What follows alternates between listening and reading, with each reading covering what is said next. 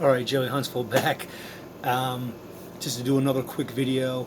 I wanted to show you how to aim at a deer, where to aim, and where the vitals are. Circling back to my other video I just made, when the deer walk up and down to and from a food source, usually up and down a waterway, they travel in packs.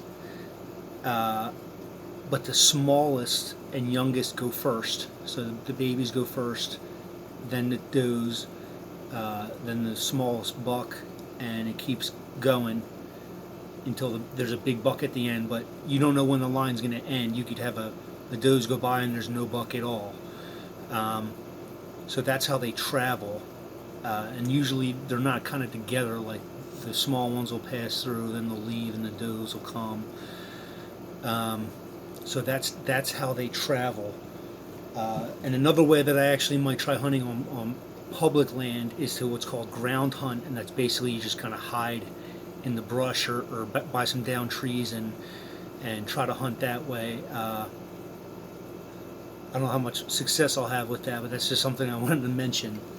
So let's say a deer is traveling by. So one of the first things is, if they don't actually stop, you can call to them. Some people will whistle, or you can say meh. Some people will say meh. They'll kind of yell at it, and it causes the deer to freeze and look. And that when it freezes, you take your shot. So your shot is, like, imagine this is a deer, right? Kind of like a human being on all fours. Right below, like, the armpit is going to be where all the vitals are. Now I want to notice at the bottom of this is black, so the whole thing is like this. This is the bottom. That's how wide it is. So right here in like the center is that sweet spot where the vitals are. It's kind of bigger. It's kind of more like this. Right behind the rib cage. Once the rib cage starts, to not, like, if this were the rib cage, like back here is not. There's no vitals. It's got to be in here. And you can't be too high or too low because you'll kind of miss them. So it goes right through the heart and lungs right here. So that's what you're shooting for. Now,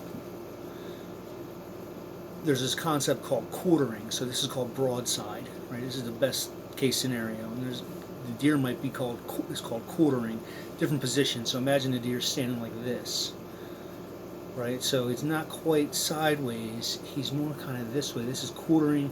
I was the shooter, he'd be quartering away from me.